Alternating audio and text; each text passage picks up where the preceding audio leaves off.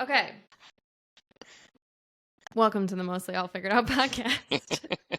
I am your host, Emily Louie, and we are in the virtual studio today. Still with my little closet background, the hmm closet studio, we're calling it.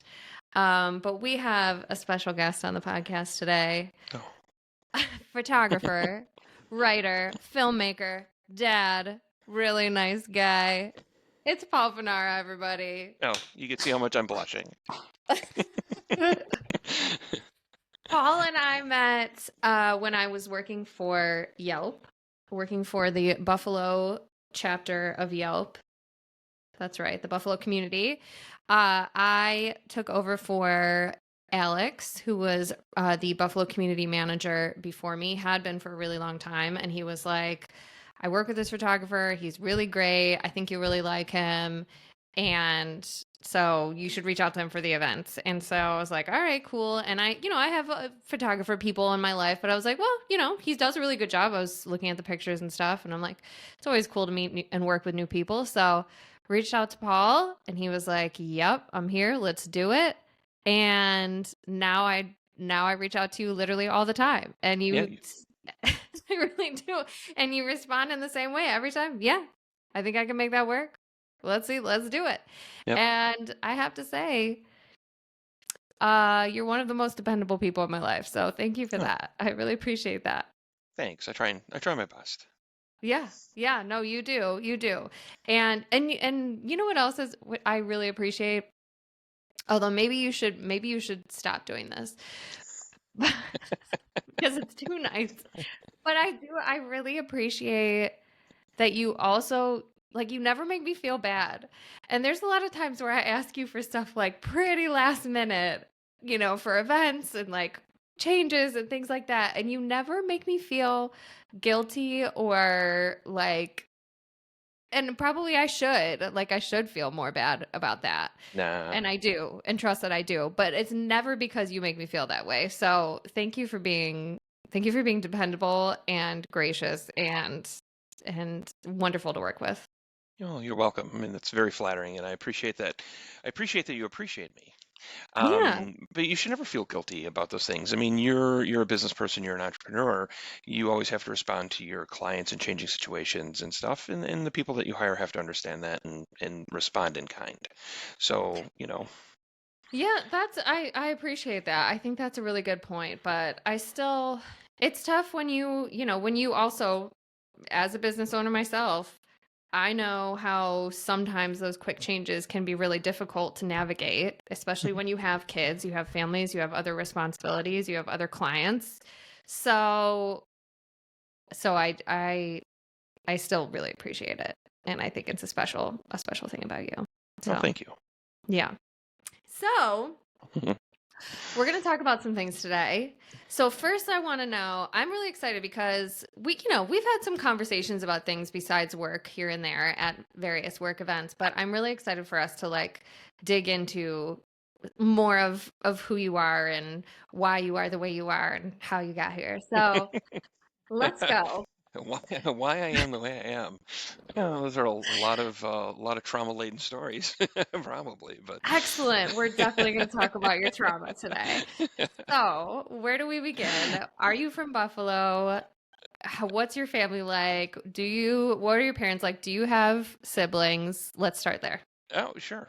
Yes, I am from Buffalo. I grew up in West Seneca. Um, my family, I do have one brother. He lives in Virginia. My parents divorced when I was a teenager. They are both remarried and happy now in their new relationships. Hmm.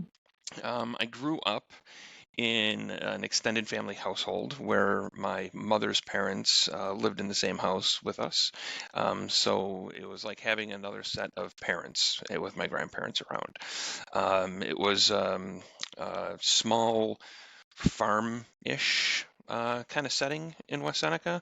I Hmm. grew up raising chickens and learning how to garden, and so I continue doing a lot of those things now, even in an urban setting. Do you I have have chickens in Tonawanda? I don't have chickens in Tonawanda. When I lived in Dang, Lackawanna, I had chickens, amazing. and my kids raised chickens for many years. Started with my daughter when she was in third grade. There was that third grade science project of hatching chickens, and she kept asking, when they hatch, can we keep them? And Oh, the teacher agreed as long as we could show that we had reasonable accommodations for them. So I built a coop and best dad and ever. yeah, Best dad ever. and when she was in third grade, we started raising chickens, and we did that until she left for college, basically. So Wow, that's yeah. awesome. That's awesome. I've seen um one of my someone I went to college with she has two little ones, and she and her husband have a, a bunch of chickens. And she will post videos sometimes of her and her chickens, and I'm like, they seem like such lovable creatures, and I just would never think that about a chicken. Yeah, they are. They are. They're actually really good pets. Not like house pets, obviously. They're birds, Yeah. and they're agricultural animals. But yeah, I mean, depending on the breeds, the different varieties of breeds that you get. I mean, some of them are very docile. Some of them are warm up to people very well. Yeah, they're a great learning experience if you want to learn Yeah. about the cycles of life. They're Yeah. you go through it all with chickens. So.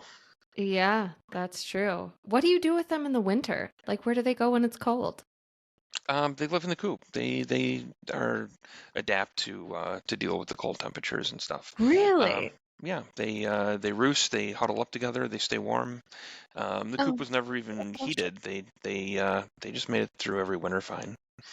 Wow. Yeah, How about that? Animals, man. yeah, Animals. They're incredible. yeah. Not all of them have to put on skins on top of their skins. Yeah. They're just born with what they need. Yeah. What a concept. That's wild. Yeah, crazy. So let's talk about photography and your roots of where your passion for photography came from. So you have, for anyone who's listening, you have to immediately go. Do you want people to follow both of your accounts? Do you have one that you prefer? Oh, it doesn't matter. I mean, people can follow Okay. one or both. It doesn't matter. Okay. So one is at Living in the Buff, and the Hmm. other one is at Monochrome Revolution. And I'll put both of them in the show notes, but it'll give you a snippet into the incredible work that Paul does. So where did your photography love come from? Is it something that you always had? Is it something you discovered as an adult? Where did it start? It started probably when I was about 6. I Oh picked up a wow. camera for the first time and realized that I could use it to take pictures and capture things that I saw, and I was just fascinated by that. So it went on from there. I did a lot of photography in high school, within my high school for like yearbook and newspaper and stuff. But then as I got older, it kind of faded away, Hmm. college and starting a career, and so I just didn't make time for it. And then, a little bit later on, I thought, well, this is silly. I have money now. I can buy a good camera. So I did, and I got back into it, and it's accelerated from there. So. So what was the career that you were pursuing that kind of didn't take you away but took your priority? My main career is in technologies. Okay. So yeah, I have a background in IT, and for a long time, from about 99 until about 2012, I ran my own business, with technology management solutions and technology resale. Okay, so that's big. Yeah. So that must have been fun too. So at what point when did you decide, "Oh, I don't want to work for someone else. I want to have my own business doing this." Like how did that come about?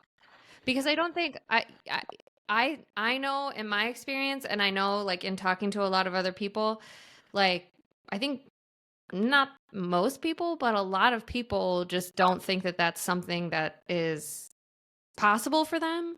But I think it's actually a lot more possible to start your own business and do it successfully with stuff like this, like especially consulting type work. Sure. So, It probably started. I mean, I got into my technology career after college in the mid 90s. And I won't say the first company that I worked for, but seeing corporate America through the lens of that first job, I kind of decided that that wasn't for me, and I Mm. needed to do things in a little bit different way. I also wanted to, at that point, 99 is when I was starting to grow a family, and I wanted to build something more than just a career. I wanted to have something that I could build and have my children involved in eventually, and have something for them if they wanted it in the future. Um, Something more than just a job, if that makes sense. Yeah. Yeah.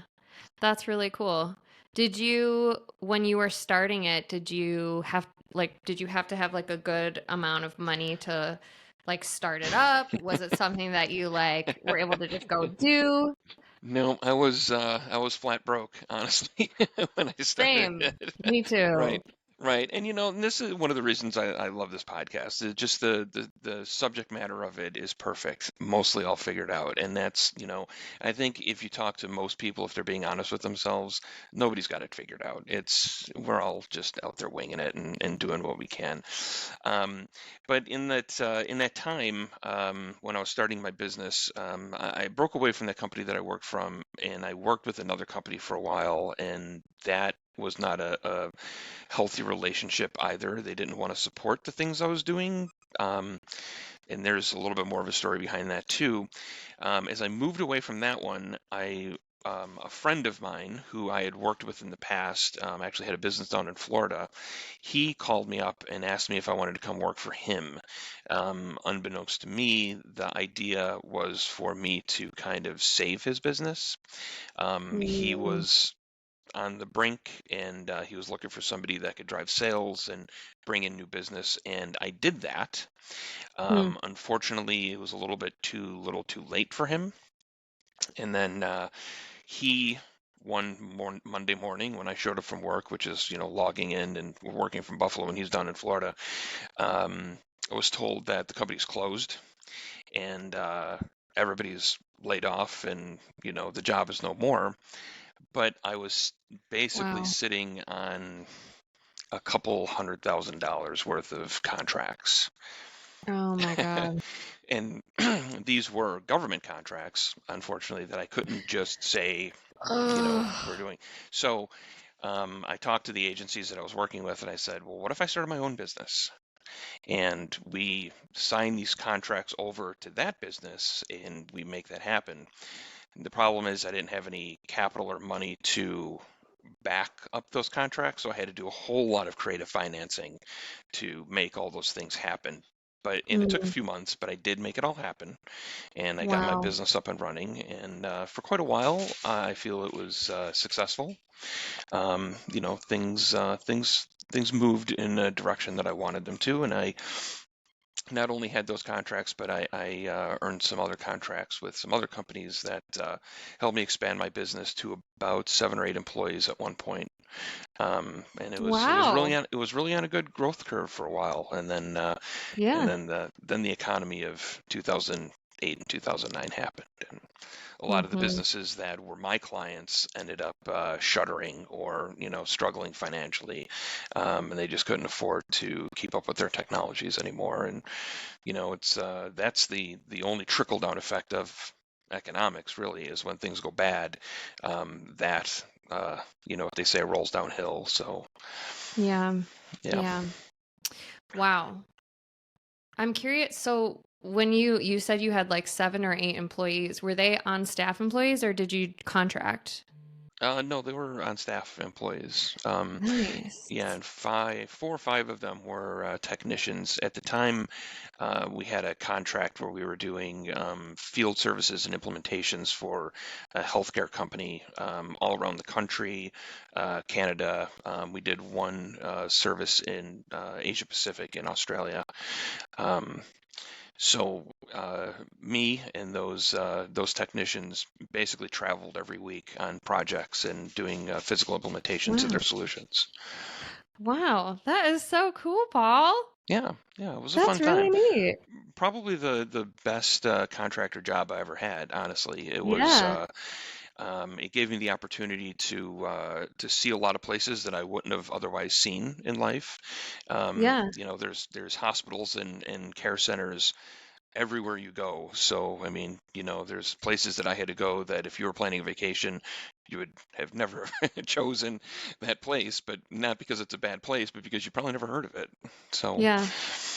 What was your favorite place that you went to during that time? Or well, like maybe one that was like the most surprising to you that you enjoyed? oh, okay, okay. I was gonna say, I mean, my favorite place obviously was Australia. That was Oh, fantastic. yeah. Yeah.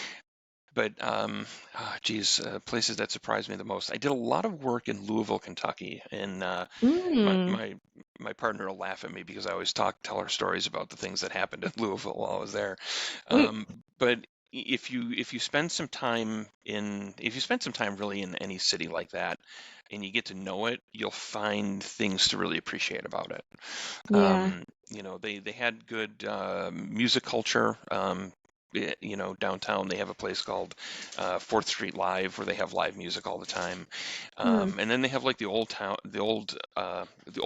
kind of Louisville, like Old Bardesville Road, where they have like all restaurants and shops and stuff, which is really just it's kind of like the Elmwood Village of Buffalo. Yeah. It's just a really cool place, artsy place to hang out.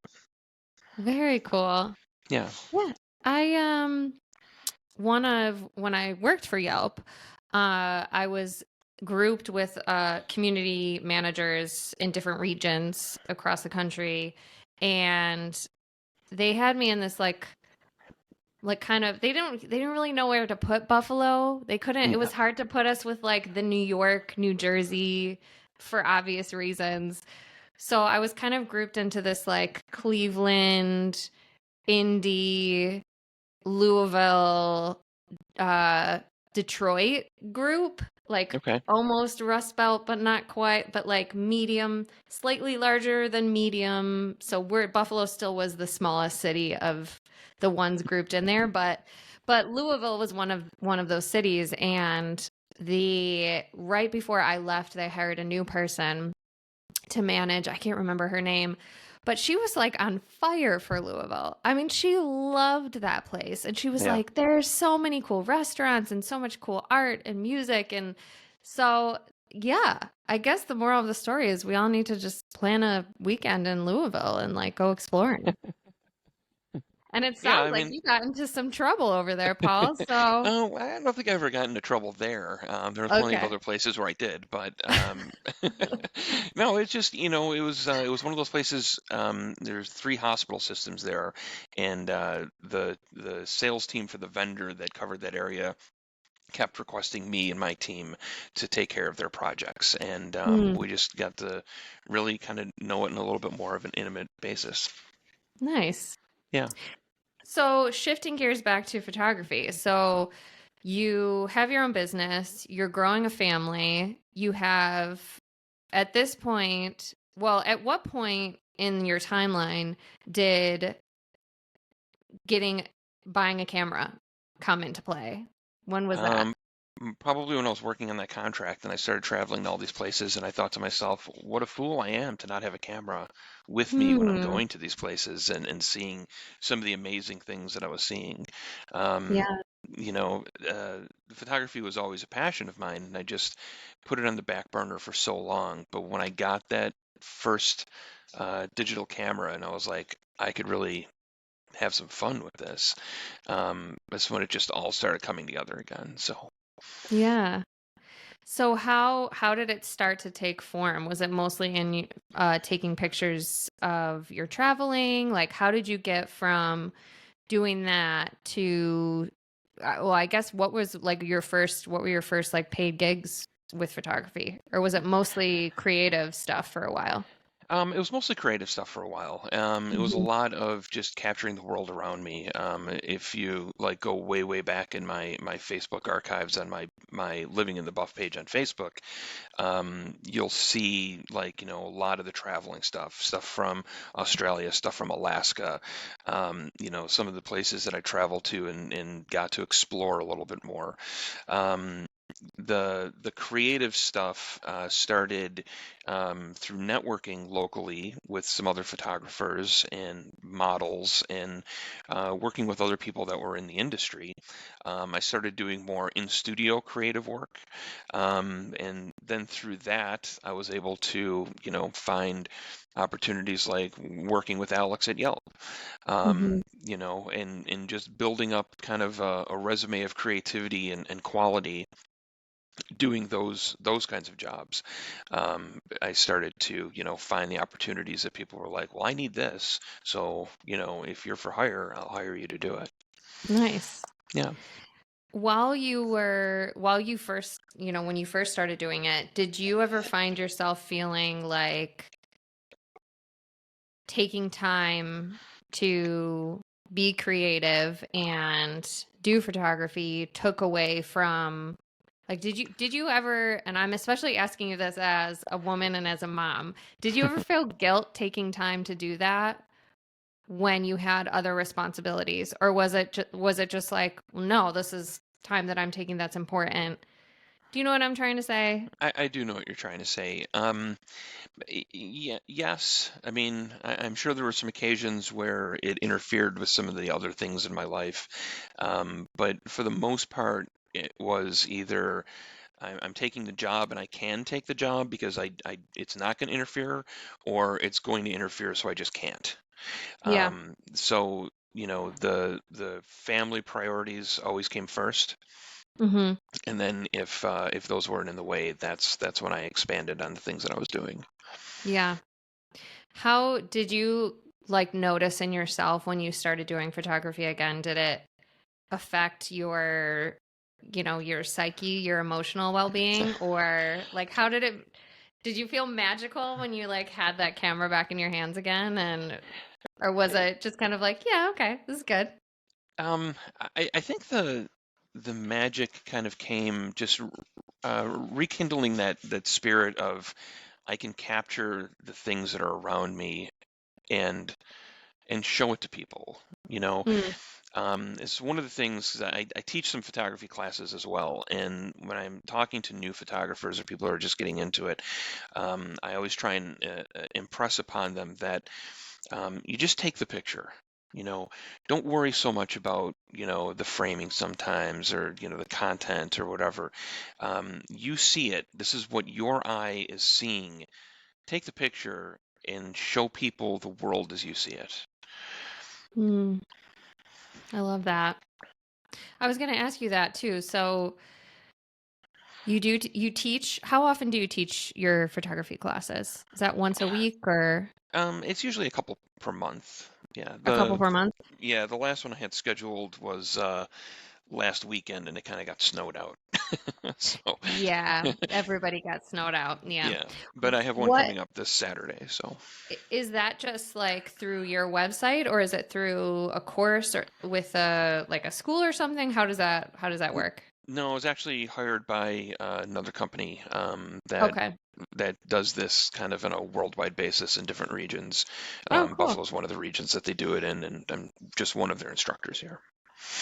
So what do you think is the most common mistake or detractor for photographers who are starting out, or even for lay people like myself, when taking a good picture?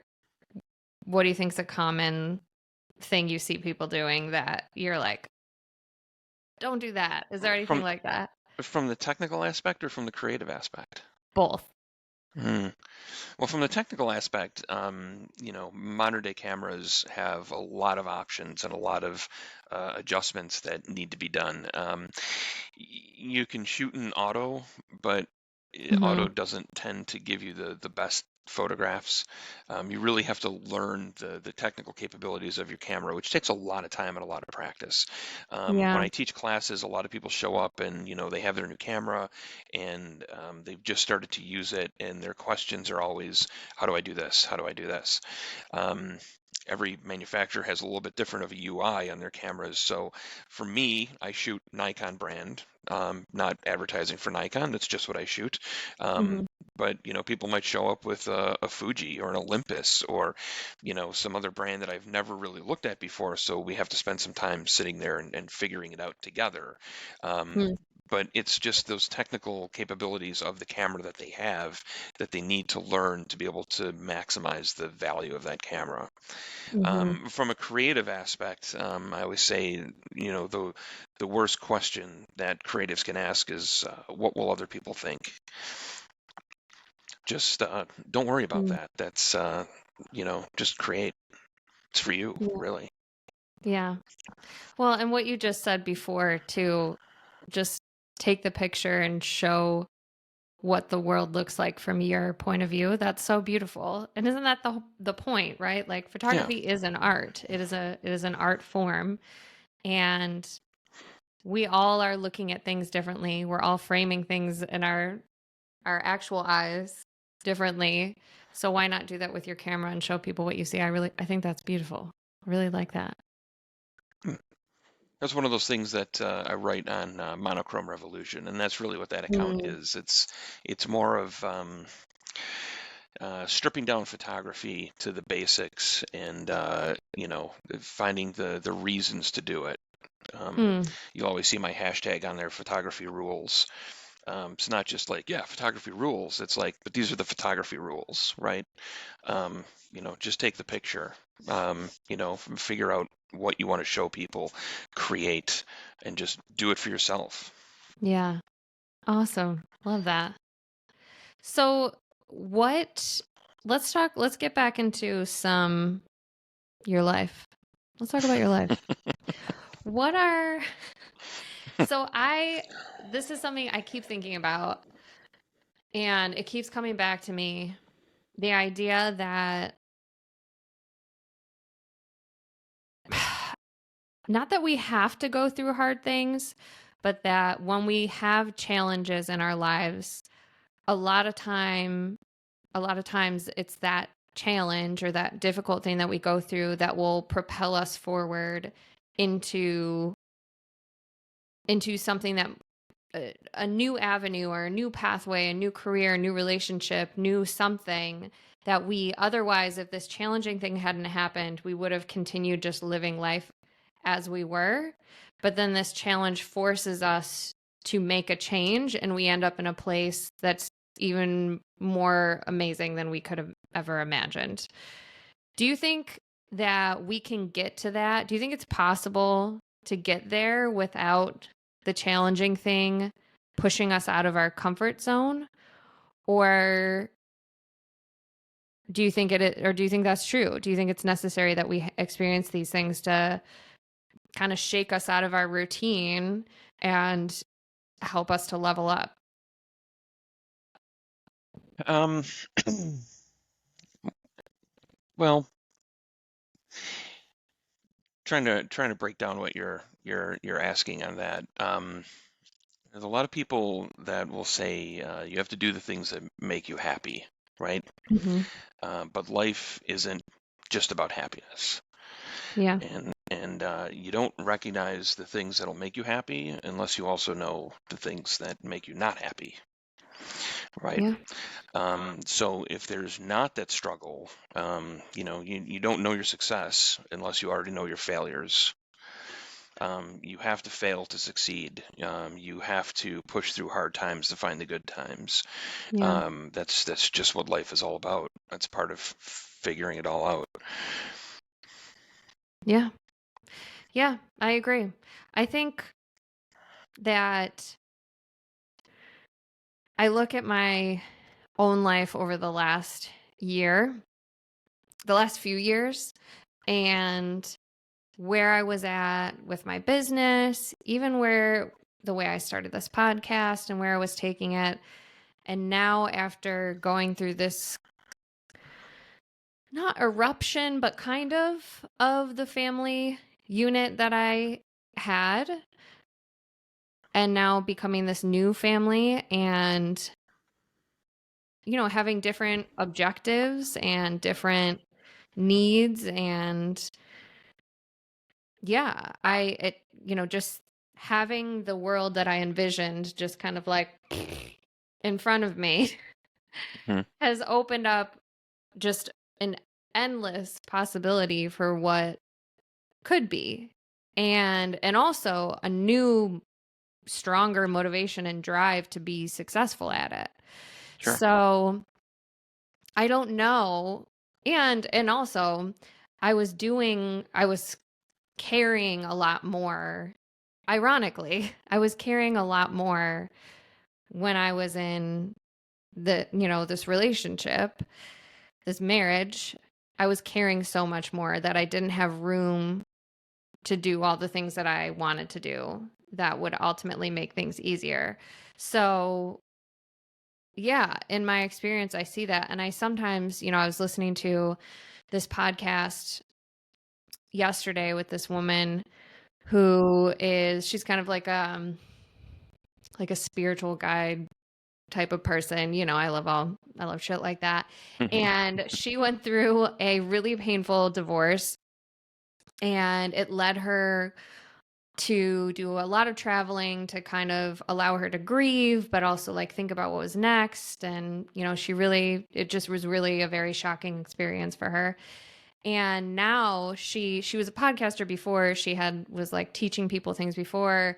And now through all of this experiences, she's like the most herself. You can just see that she is just free. And her podcast has taken on so much more, and she has a bunch more courses out, and like she's got bigger names on, and like you can just see how much she has evolved and changed, and going through what she calls the dark night of her soul, but basically like it's a very dramatic way to say like probably the worst experience of her entire life. So I don't it's just something I think about all the time, because I obviously I never wish for anybody to go through really hard things, while at the same time, it's kind of a fact of life that we are all going to go through hard things.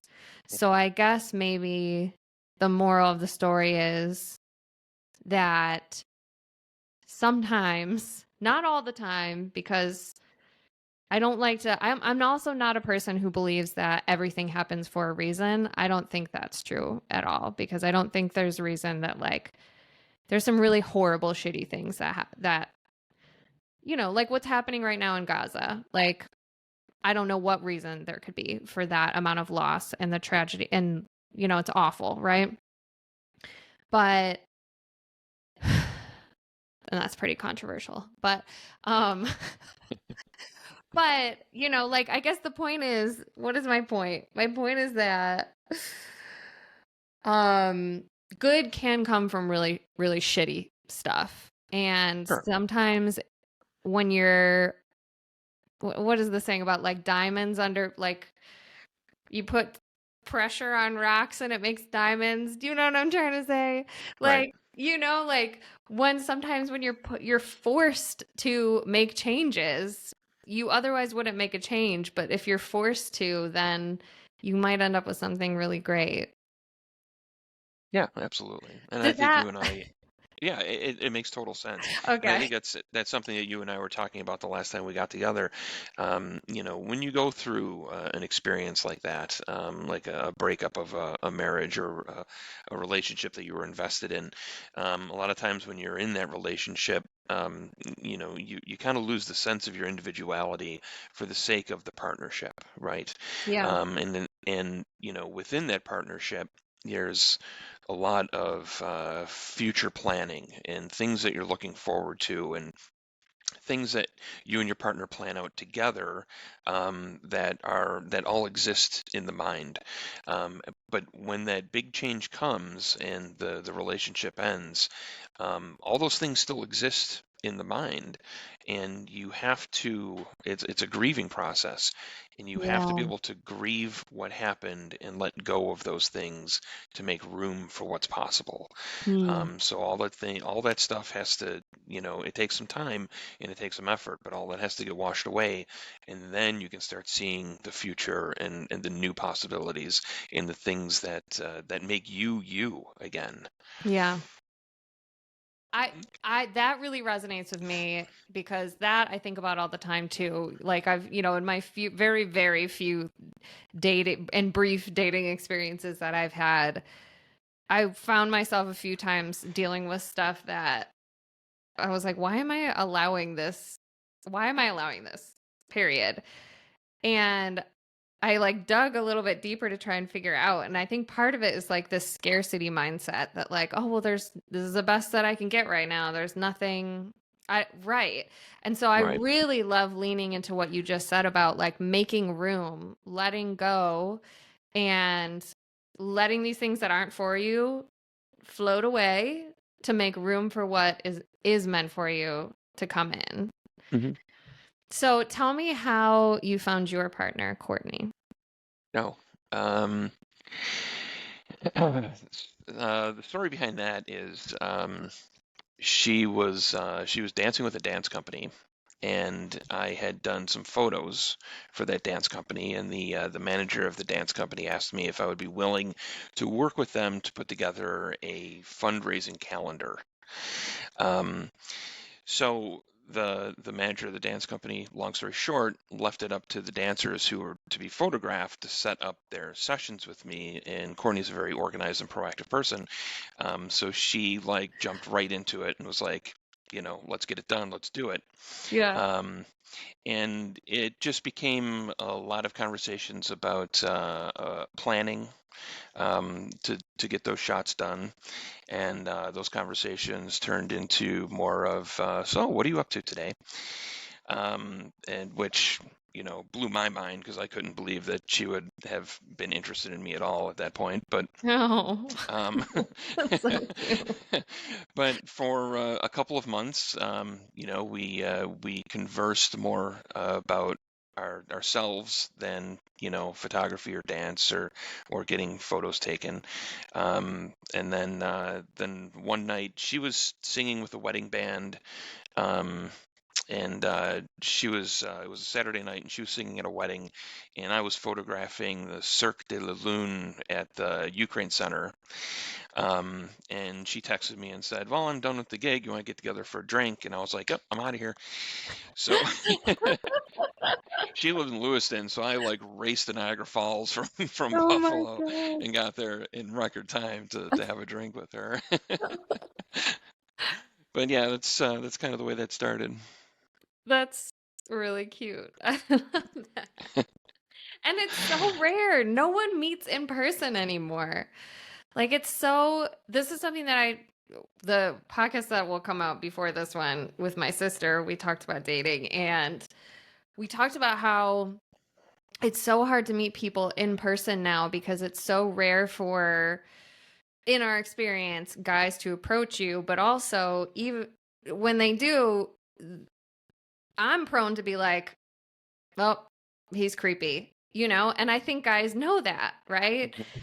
It's just creepy. You can't like a friend of mine was like, "Oh, you got to go to this gym because there's more guys at this gym. So start working out at this gym and then they'll approach you." And my sister's like, "How creepy is that? I don't want to know guys are like watching me while I'm trying to work out." Like that's exact opposite of what I want, But I don't know, and the apps are just like they're scary, And it's just like you're only basing everything off looks, and you can't, I don't know, I'm like kind of a little bit sarcastic and a little snarky, and that doesn't come across well in a dating app, Like these guys don't know what to do with so I don't know. I think it's really nice that you both met in person, and it gives me hope. Yeah. Well, I mean, there was a common thing that kind of brought us together, right? So Yeah. um, that helps. Mhm. I know dating isn't easy. Everybody kind of seems to be on guard these days. It Yeah. is difficult to approach somebody and cold call, a Mhm. date. Yeah, yeah. And at the gym, that's not going to happen because you approach somebody at the gym and they're trying to work out, and that just comes off as creepy. It really does. Yeah. So it's not happening there, regardless of Yeah. the demographics. I really think that you just you kind of need to get into some kind of social setting with the types of people that you think you would want to meet. For some Mm. people, that could be a book club. That could be like, going to the cat cafe and see who's hanging out there or something. Um, or Yeah. or help out with an animal rescue, like like I do. I mean, you might meet somebody through that, but Oh, um, that's cool. I didn't know you do that. yeah, I do. Yeah, So do you, that's where my dog came from. oh, so do you just Yeah. like go on a regular basis and like play with the animals? No. Is that what you do? Is that what they're No. doing? No, mostly it's like events and fundraisers and stuff. Okay. Oh, I, that's I work nice. with, like, I work directly with Queen City Pitties. My dog Rika was a foster that we got from them. But Rico? Rika, Rika. Rika, Rika. Cute. Um, yeah, if you go on my YouTube channel, you'll see the movies that we make, and she's in most of them. So, um, Thank you for that transition because I definitely want to talk to you about the movies. So oh sure. tell me how you got into filmmaking as well. And let's talk about the 48-hour film festival because it Oh, sounds horrible. And I don't know how all of you people who compete in this thing do it, but it also sounds really cool. So give us a rundown of that. it's a little bit of horrible, but it's a whole lot of fun. It really is. So I was always interested in making movies, but it was nothing that I ever saw as like being possible in my life. Um, yeah, I'm sure you can relate. Hmm. Um, Yeah. and and then I was working on this contract with a bank back in 2012, and one of the guys in customer service that I got to know was an actor, and we sat down, we were talking about it, and he started telling me about the 48-hour film project, and I was like, well, that sounds like it would be really hard, but it sounds like it would be a whole lot of fun and a challenge, and I would love to do it. And he says, great, well, maybe one of these years we'll get a team together. So fast forward about 3 years from then, where him and I are talking over the internet, and I said, "Well, the 48 hours coming up. Do we want to get a team together?" And he said, "Sure, let's do it." So we put a team together, and that was 2015, and that was the first time I worked on making a movie. Um, so him and I put the team together, but he brought in a bunch of movie guys that he knew, and they kind of took over the team, and I didn't actually have too much of a role in it at that Oh. point. Um, the movie that we ended up making was about it was set in a lumberjack competition, but I did have hatchets and experience throwing hatchets, so I taught them how to throw hatchets for the lumberjack competition. See, very useful. Um, yeah, it was useful. My kids Mhm. actually got to be in the movie, so Oh. they actually got screen time before I did in all of this. Um, but the next year we couldn't really get that team together, so I joined a different team. Courtney and I both joined that team together, and we worked with them for a few years. We made some really fun movies, and then in 2019 we kind of set up our own team for the 48 and started making movies on our own.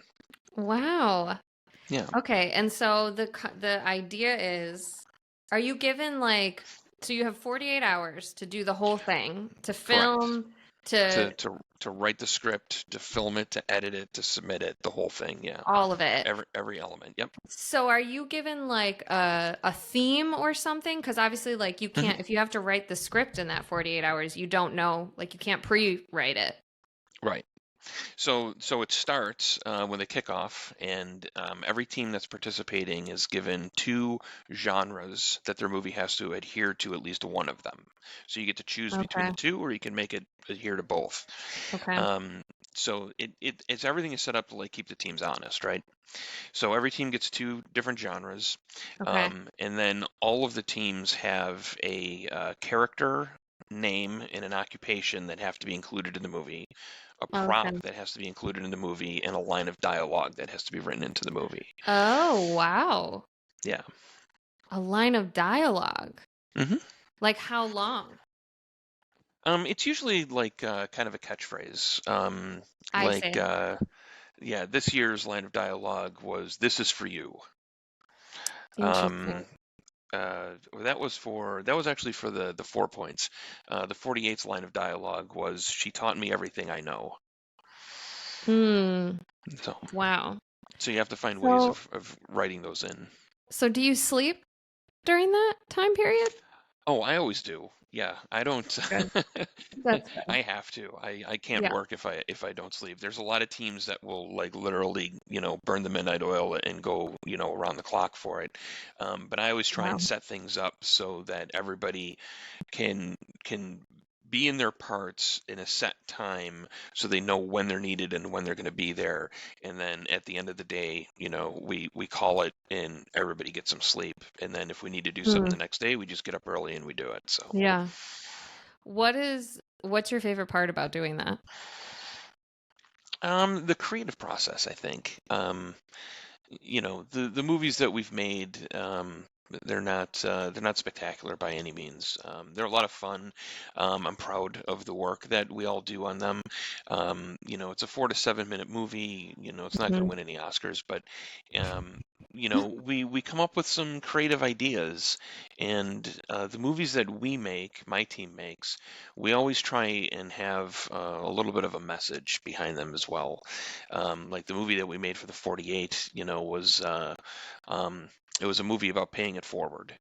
Hmm. Um, so it was the message of doing good deeds and paying it forward for people without expectations.